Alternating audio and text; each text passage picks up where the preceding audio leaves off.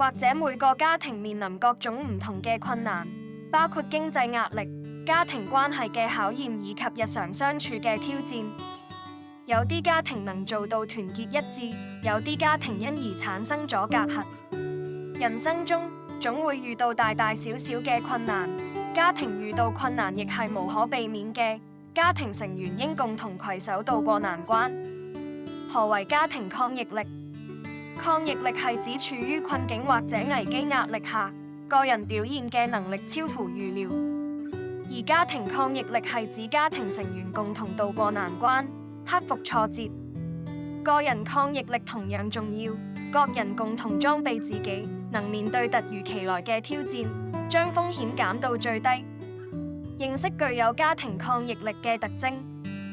抗逆力對於家庭十分重要。具備抗逆力嘅家庭有其中8個特徵： 1. 信守承諾。家庭成員在定下諾言後，各人都能信守承諾，為家中事務盡力。 2. 互相支持。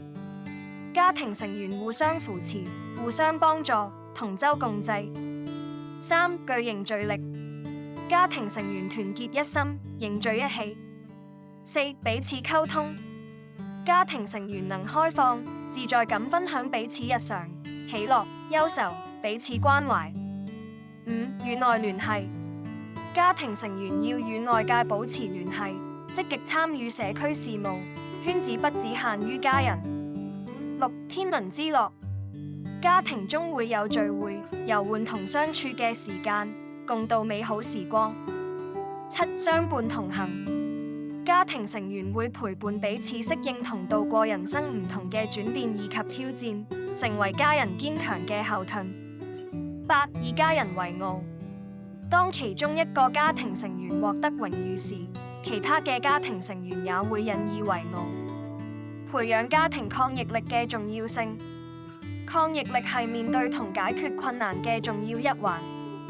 喺面對難關嗰陣，充足嘅抗逆力能讓人有堅定嘅意志去解決問題，能冷靜咁同家人共同思考解決方法。而且抗逆力能讓人建立正向心態迎接逆境，而欠缺抗逆力嘅人遇到困難時容易自暴自棄。擁有家庭抗逆力嘅家庭會互相支持，亦會互相提點，喺錯誤中學習，共度艱辛時刻。另外，亦要把握機會，裝備自己。